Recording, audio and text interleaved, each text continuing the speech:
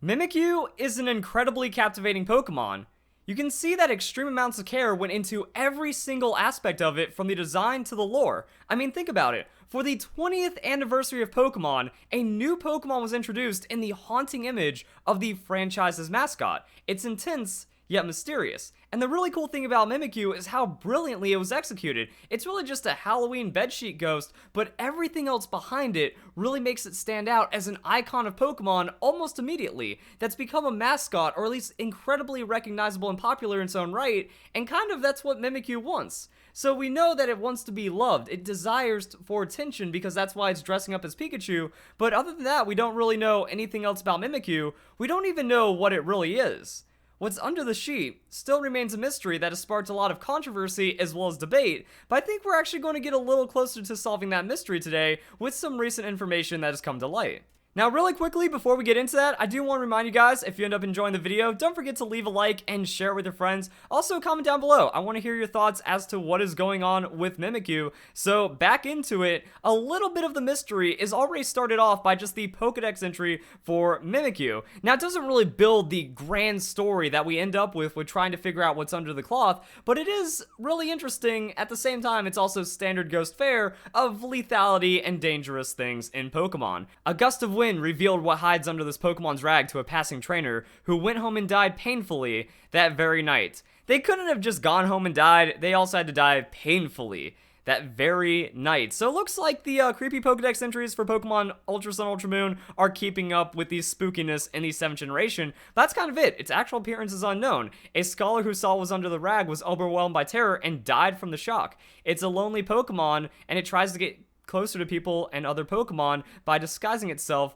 with the guise of Pikachu. And while that is interesting, we actually got a lot more information on the Pokemon Sun and Moon official website when Mimikyu was revealed, and it added a lot more depth to the story behind this Pokemon. But before we go into detail on that, I also want to talk about why there's so much intrigue about what's going on with Mimikyu, and that comes from the Pokemon anime, because Jesse's Mimikyu has a really interesting trait. It hates Pikachu, and it actually told Meowth this, that Meowth was getting really freaked out because Mimikyu was being all freaky and saying scary things to Meowth. It seems to be the thing that Mimikyu hates most. It despises Pikachu, yet it dresses up as Pikachu. It wants the attention that Pikachu has because it can never receive that attention itself, and this led to the first theory about what is under that disguise, and the thought is a ghost of a Porygon. That Porygon was wrongly blamed for the events that happened in Electric Soldier Pokemon, the episode that gave kids in Japan seizures when it first debuted. That Porygon wasn't the one that shot the missiles that caused the strobing. It was Pikachu. So that gives reason for Porygon to hate Pikachu. That Pikachu got the popularity even though it is the one that put kids in danger, and then Porygon was the one that ended up getting banned instead, and even its evolutionary lines. We can't have any more of that artificial intelligence in Pokemon, it's too risky, and because of that, Porygon faded to obscurity, and then Pikachu stayed in the limelight as the franchise's mascot. Now, I don't really believe that, but again, it does kind of show some of the craziness that's going on, and then going back to the official website, we can see why this gets a little more interesting. Mimikyu lives its life completely covered by its cloth and is always hidden. People believe that anyone who sees its true form beneath will be stricken with a mysterious illness. People in the Alola region are convinced that you must never try to peek beneath its covering. Mimikyu's health fails when it's bathed in the rays of the sun, so it prefers to stick to dark places. It's rumored that the reason it's covered itself is to avoid sunlight. So it's actually just some kind of shadow ambiguous ghost under that, but yet it decides to actually be something other than just a ghost under a rag. The rising popularity of Pikachu-styled merchandise around 20 years ago is the reason that Mimikyu made itself look like Pikachu. In fact, this Pokemon is dreadfully lonely, and it thought it would be able to make friends with humans if only it looked like Pikachu. That adds so many extra layers to this. It's not just like some kind of weird rag ghost that if you look at it, you're going to die. And sure, maybe it is lonely because of its nature, but Pikachu, that's a very desperate attempt at attention. So that's kind of why people have been really trying to figure it out because, okay, what has caused this? What caused the Pokemon to be dreadfully lonely? Is it a ghost? Is it a reincarnated spirit of something else that we are familiar with in Pokemon? And to try to gain more attention in the afterlife, it has disguised itself as something it hates. Now, one thing that has been made clear is that not every single Mimikyu hates Pikachu. It seems to be a weird trait of Jesse's Mimikyu. And then there's also some Mimikyu that tolerate it because they just want to be loved in the end. So the interesting thing about Mimikyu is that it's a ghost fairy typing. So this is what caused a wild amount of speculation. It's trying to be like Pikachu, but it's also fairy typing, and then it has ghosts. That means there's death, fairy, and Pikachu-like stuff involved, which is where a lot of theories come in. So that actually gives us a decent amount of material to work with when it comes to figuring out what is under Mimikyu's disguise. Is it simply just a dead fairy-type Pokemon, and the circumstances of its death means that it has to cover itself somehow,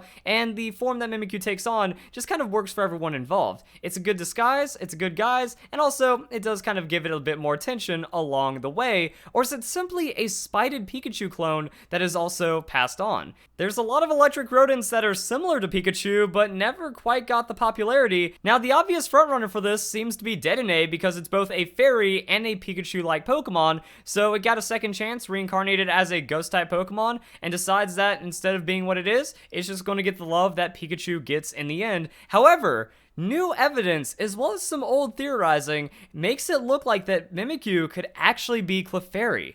Now, this isn't a new theory by any stretch, that as people were trying to come up with the Porygon theory, it just sounds so crazy, so the Porygon theory started getting a lot of popularity, and people were also talking about other fairy-type Pokemon or just dead electric rodents and stuff. But when it comes to Clefairy versus Pikachu, there's actually a lot of reasoning behind that, since Clefairy was also supposed to be the mascot for Pokemon. So we can see from Bulbapedia, Clefairy was originally going to be the official mascot of Pokemon, but Pikachu was used instead due to the popularity of the anime and Pikachu's familiarity with the fans. In the original pilot episode of the anime, Clefairy was intended to be Ash's starting Pokemon. Due to a last-minute change, the role went to Pikachu. This would have made the anime closer to the Pocket Monsters manga, which was later referenced in Light's Camera Up Action. And there it is, Pokemon Pocket Monsters, the original Pokemon manga. As we can see, Red has both a Clefairy and a Pikachu, and Clefairy was going to be the original mascot, but then because of the cute design of Pikachu, it ended up winning over both the people at Pokemon and Game Freak, as well as the fans, thus putting Pikachu in the spotlight.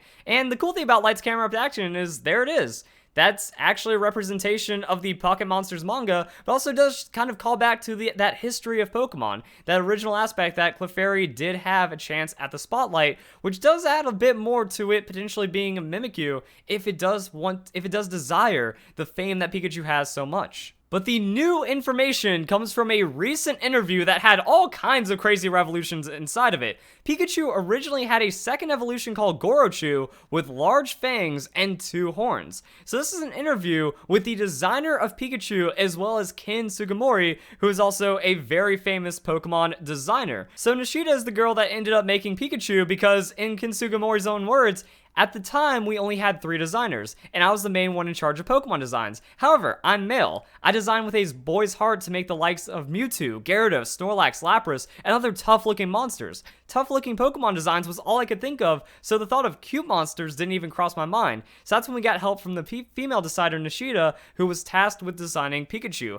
It needed a woman's touch. They know Pokemon was cool and all, and was only monsters and only these hard-hitting Pokemon. There needed to be a few more cute things. That way it appealed more to kids and had a broader audience, and as you can see, cute was the right direction since it made Pikachu such an amazing mascot, which you have to admit catapulted Pokemon into the massive popularity that it had, since Pikachu is very recognizable and also pretty much tells you everything about the series. One look at Pikachu, it's yellow, it's electric, it's a strange creature, so it kind of blends everything together, and it's like, yeah, this is effectively everything you need to know about what a Pokemon could be. But then at the very end of it, even though we've known for a while that Clefairy was in line to be the mascot, Sugimori, Clefairy was the result of my attempt at creating a cute Pokemon. However, Pikachu managed to impressively take away the popularity and left Clefairy in the shade. I wonder if that is intentional, the way that Sugimori said that, because what happens with Mimikyu? Mimikyu needs to stay in the shade or else it is hurt. It needs to hide itself because it is a delicate ghost-type Pokemon that can't handle being in the spotlight, and that also goes with everything else. The rise in popularity of Pikachu-style merchandise around 20 years ago. So even the Pokemon world, it's not that, you know, the Pokemon universe inside the games was like, oh, Pikachu's just the mascot and the amazing thing, but even in that world, there's those parallels. That suddenly, there was an explosive success out of nowhere that Pikachu was the most popular Pokemon, both in the real world and inside the games. And even Sugimori was caught off guard. And you can even see with Sugimori, there seems to be a lot of surprise. Pikachu managed to impressively take away the popularity that he intentionally put everything he could into making a cute Pokemon, and even gave it representation in some of the earlier media for Pokemon, like, hey, look at this. This is what represents it. This is going to be a mascot. But then when it came to the people at the Game Freak offices, Pikachu won over, and then as this information started getting out to the masses,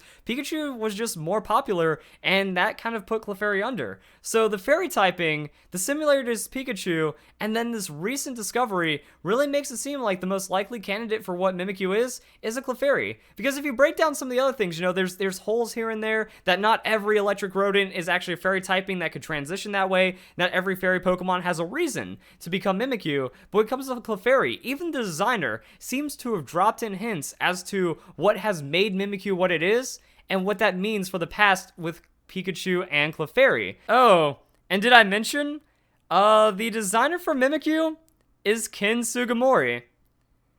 That adds a whole nother twist, because when I first heard about the Clefairy Pikachu theory, I didn't know that Sugimori designed Clefairy or Mimikyu.